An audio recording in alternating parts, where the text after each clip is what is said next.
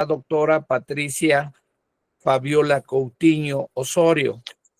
Este día, la doctora Patricia Coutinho hablará acerca del sistema jurídico mexicano, facetas de desarrollo y adopción de nuevos paradigmas. Síntesis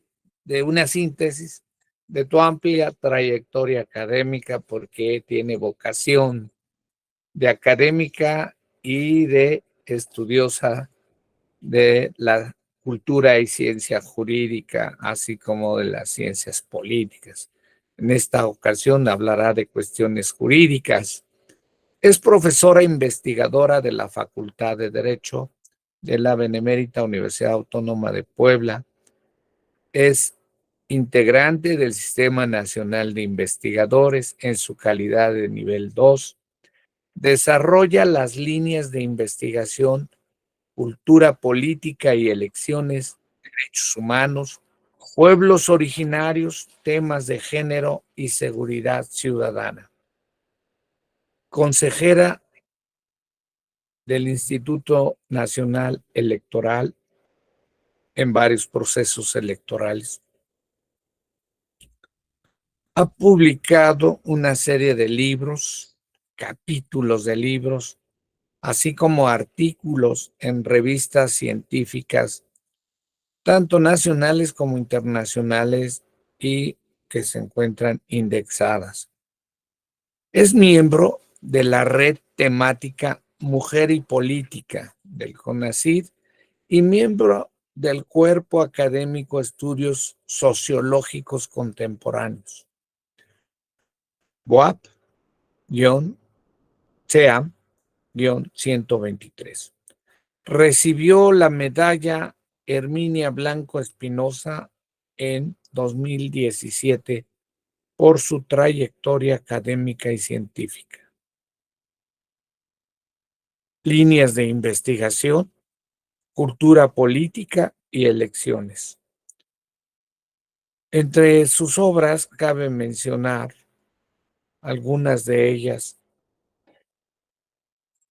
El servicio Mototaxis, una fuente alternativa de trabajo en Puebla. En Decay, en una revista indexada. Castañeda y Coutinho, contenido de los spots de los partidos políticos en campañas electorales en México, un análisis de los efectos de las reformas electorales recientes. Bien, en la revista Tlamelagua, que está indexada.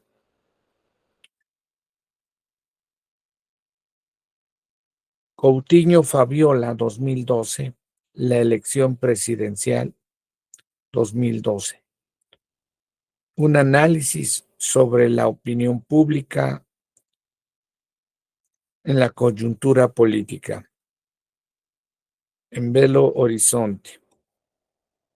Coutinho Fabiola, 2015, Medio Ambiente y Cosmovisión. Nostalgia de la palabra antigua. Ad Universal. Bien, en la revista Universal. Entre otras de sus trabajos que le han publicado a la doctora Patricia Fabiola Coutinho Osorio, y que son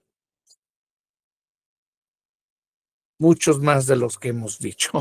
Así que de manera muy rápida, pues vamos a expresarle con mucho gusto que inicie, por favor, con su disertación, doctora Fabiola Coutinho. Muchas gracias, doctor, muchas gracias. Siempre es un honor, de verdad, participar en este encuentro tan importante, porque habla precisamente de la ruptura de los sistemas jurídicos y sus instituciones. Ocurre aquí que ciertamente estamos experimentando cambios muy significativos, pero no necesariamente que se orientan a responder a las necesidades sociales. En función de ello, la temática que trata el sistema jurídico mexicano, sus facetas de desarrollo y la adopción de nuevos paradigmas, gira en ese sentido, principalmente porque prácticamente encontramos un problema del derecho que en estos momentos adolece de una crisis ucrónica. ¿Y por qué lo refiero como crisis ucrónica? De alguna manera, parte de lo que voy a abordar sintetiza en gran medida lo que ya han comentado estos prestigiosos académicos, investigadores, funcionarios de primer nivel, juristas en la práctica y en la teoría, que me han antecedido y que definitivamente van subrayando cuáles son las problemáticas que actualmente está enfrentando nuestro sistema jurídico en función de precisamente estas rupturas epistémicas. Hace un momento el doctor Zamora hablaba justamente de lo que ha acontecido con el modelo garantista en materia penal, las contradicciones que éste plantea por cuanto hace a los derechos de las víctimas. También la doctora Helen había señalado la relevancia que tiene cuestiones tan importantes como el proceso de enseñanza-aprendizaje, tratándose de los nuevos enfoques jurídicos, y el doctor Giovanni, por ejemplo, que también por su parte aludía, entre otras cuestiones, al derecho de réplica, y esto está surgiendo en un momento en que justamente el sistema jurídico mexicano se encuentra con un problema ucrónico, precisamente porque la situación social o todos los fenómenos que se van presentando, sobre todo en los últimos años, hablemos particularmente ya del siglo XXI, prácticamente han hecho que se dé este desfase. Es decir, como bien lo señalaba el doctor Sánchez Vázquez, el derecho tiene que ser dinámico. Sin embargo, ahora tenemos que en otros tiempos podía responder más fácilmente. Actualmente ya no, y eso se debe a diferentes razones, entre ellos el marco de las relaciones internacionales y sobre todo el impacto que han tenido las relaciones económicas que México ha establecido con otros países, particularmente Estados Unidos. Pero también cambios como por ejemplo esta evolución muy rápida de la inteligencia artificial, que también ha impactado en los sistemas jurídicos y en la adopción de nuevos criterios legales, y que está redefiniendo los nuevos esquemas, por ejemplo, para resolver inclusive conflictos. Y aunado a ello están todo el conjunto de demandas, grupos de la sociedad civil que cada día se multiplican y que pugnan por la exigencia de sus derechos humanos, y no vemos precisamente una respuesta que sea acorde a las realidades que actualmente se están enfrentando. Como bien lo señalaba el doctor Zamora, la verdad es que hay no nada más una ruptura epistémica, sino una multiplicidad de rupturas epistémicas por cuanto hace a los resultados del propio sistema jurídico mexicano.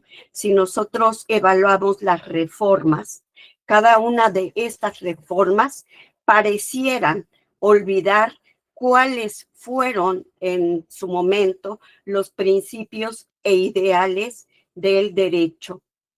Y esto también, desde luego, tiene impacto a partir de la pandemia, por ejemplo, los cambios que se han dado en materia sanitaria, que no necesariamente han resuelto lo que la ciudadanía requiere, lo que los pueblos, los grupos vulnerables necesitan contar con elementos básicos, todavía no se da una respuesta en cuanto a medicamentos y otras cuestiones que se han convertido en derechos y que en la práctica no pueden ejercer. Entonces, a eso se refiere la postura de esta reflexión en función de la ucronía o ese desfase que estamos viviendo y que es por efecto precisamente de esas rupturas epistémicas de los sistemas jurídicos.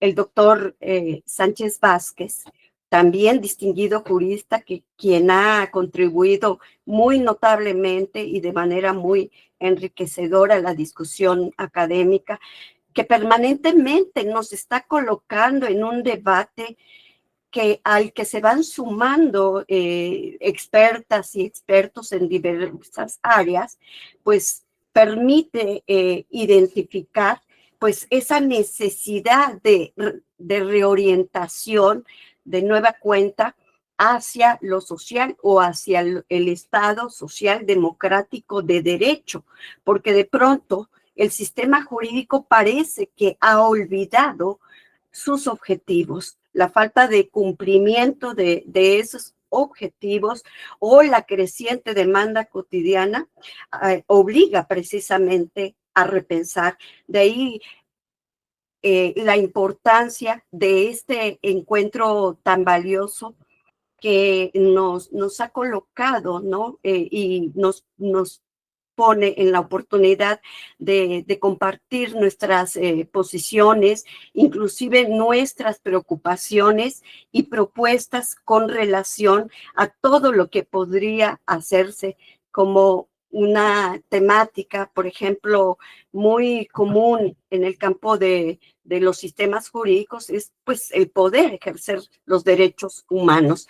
Y sobre eso muchos investigadores e investigadoras, académicos, catedráticos, catedráticas, funcionarios, pues en la práctica se están ocupando precisamente en función de la experiencia o las experiencias que van teniendo día con día. Así, por un lado, tenemos que esa profunda contradicción que hay tiene que ver con, digamos, se va ampliando esta especie de brecha entre lo que dicta o todo el entramado que configura los sistemas jurídicos o el sistema jurídico mexicano en particular y los cambios acelerados de un proceso globalizador que impone, de un neoliberalismo económico que impone, de una inteligencia artificial que pareciera producir de pronto más cosas negativas que positivas en el ser humano, y en la diversificación de pautas de comportamiento que afectan indudablemente a la sociedad en su conjunto. Y me refiero justamente a la diversificación que han tenido, por ejemplo, los delitos que tienen que abordarse de otra forma. Por otra parte, además, los propios sistemas de administración de justicia se ven rebasados en cuanto a la capacidad de cubrir esas necesidades, esas demandas de justicia en todos sus aspectos, entre ellos la justicia social. Entonces, esto pues apunta a esa necesidad de repensar nuevos enfoques epistémicos para el sistema jurídico mexicano y en función de ello partir para realizar una reconstrucción que realmente sea acorde a los tiempos que actualmente estamos viviendo. Además, de hecho, tenemos que hay diversidad de áreas, prácticamente podríamos decir que cada una de las áreas sociales se ha visto profundamente impactada por cuestiones que han acontecido sin que hubiéramos estado preparados para tal efecto, como lo mencioné, el tema de la pandemia, o las últimas reformas que no ajustan a esa realidad en México, sobre todo de los grupos vulnerables, y entonces esto significa que de pronto estamos en una sobreproducción legislativa. Uno puede ver los rankings de la producción legislativa en los congresos, sobre todo en los congresos de los estados y en el Congreso de la Unión. Hay una sobreproducción legislativa que se ha profundizado mucho en tratar de multiplicar leyes, ordenamientos que no necesariamente responden como a la productividad respecto a lo que los vulnerables, los pueblos vulnerables o los grupos vulnerables y la propia ciudadanía requieren para sí.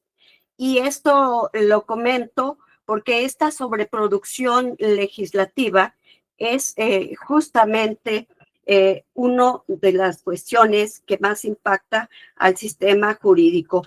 Muchas leyes, poca eficiencia, diferentes temas.